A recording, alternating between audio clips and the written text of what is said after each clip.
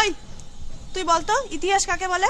মরা মানুষের জীবন কাহিনী পড়তে পড়তে জীবিত মানুষের হাফ মার্টার হয়ে যাওয়ার প্রক্রিয়াকে ইতিহাস বলে। ঠিক বলেছো।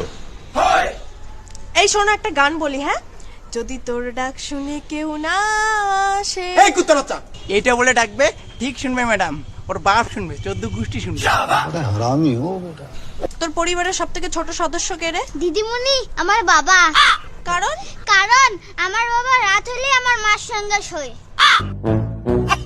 কি ভয় আমার বাবার রে। এই গণিত মানে তোমরা কি বোঝো?